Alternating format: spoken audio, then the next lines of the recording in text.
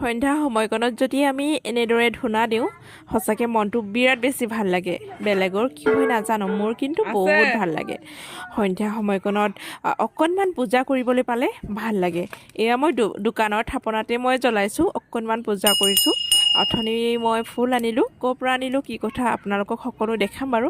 এয়া বন্তি দুগছ লৈছোঁ, তাৰপিছতে বাবাক ধুনীয়াকৈ সজাই লৈছোঁ আৰু ধূনা দি পেলানি ধুনীয়াকৈ গোটেই মানে পৰিৱেশটো অলপ ভাল কৰি দিছোঁ। বিৰাট ভাল লাগে এনেকৈ সন্ধ্যা সময়কণত এনেদৰে পূজা কৰি সজাই পৰাই মই ভাল পাওঁ।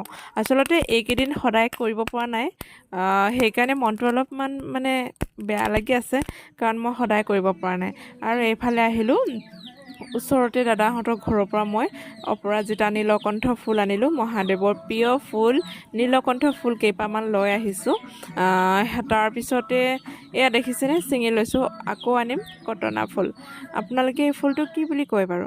এইফালে কটনা ফুল। এয়া দাদাহঁতৰ ঘৰত এনেকুৱা ধুনীয়াকৈ ফুলি আছে, গোটেই মানে বগা হৈ আছে। তাৰ পৰা কেইপামান ল'লোঁ এটা কলপাত, আগলি কলপাত। এয়া চাওক